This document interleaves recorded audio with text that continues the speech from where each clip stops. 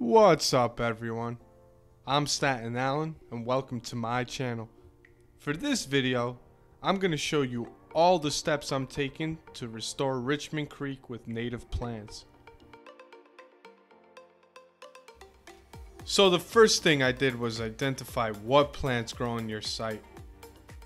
This particular location is full of invasive plants like Japanese knotweed and wineberry.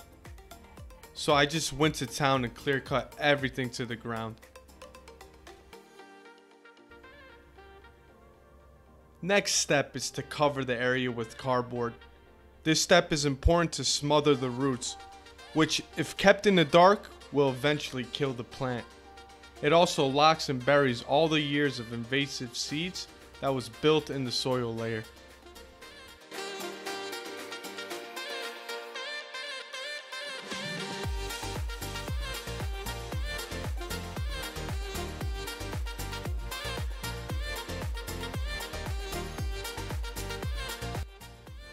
Now it's time for the wood chips.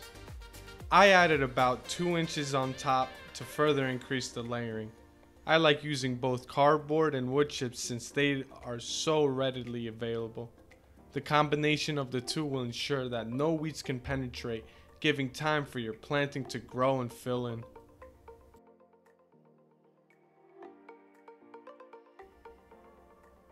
Here's another reason to use wood as mulch. Many creatures like beetles eat the decomposing wood, so it further brings more biodiversity into the habitat you are building.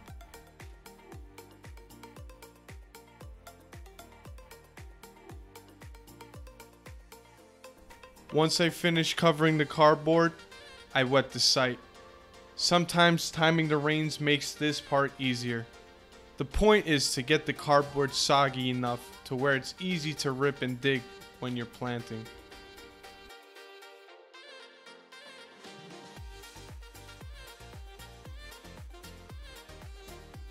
Now for my favorite part, planting. Always make sure to choose the right plants. Since I know I'm planting in a more shady area, I'll go for plants that are well adapted for that environment. Down below, I'll have a list for all the plant species I use for this project.